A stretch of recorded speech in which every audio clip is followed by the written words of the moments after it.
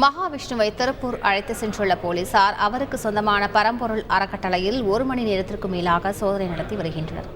இது தொடர்பான கூடுதல் தகவல்களை செய்தியாளர் அருண்குமாரிடம் கேட்கலாம். அருண்குமார், வணக்கம். இந்த 1 மணி நேரத்தில் ஏதேனும் முக்கிய ஆவணங்கள் ஏதேனும் கைப்பற்றப்பட்டிருக்கிறதா? விவரங்கள்.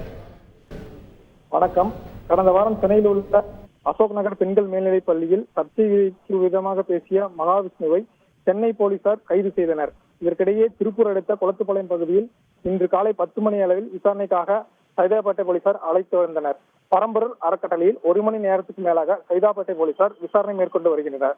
தொடர்ந்து அறக்கட்டளையில் உள்ள ஒவ்வொரு அறையிலும் சென்று ஒவ்வொரு கோப்புகளாக ஆய்வு செய்து வருகிறார்கள். ஆய்வின் பொழுது மகாவிஷ்ணுவை ஒவ்வொரு அறைக்குமாக அழைத்து சென்று விசாரணை மேற்கொண்டு வருகின்றனர். மகாவிஷ்ணு அலுவலகத்தில் உள்ள ஆவணங்களை ஆய்வு செய்து நன்கொடை வசூல் அறக்கட்டளை செயல்பாடு குறித்தெல்லாம் விசாரணை மேற்கொள்ள உள்ளனர். விவரங்களுக்கு நன்றி அருண்குமார்.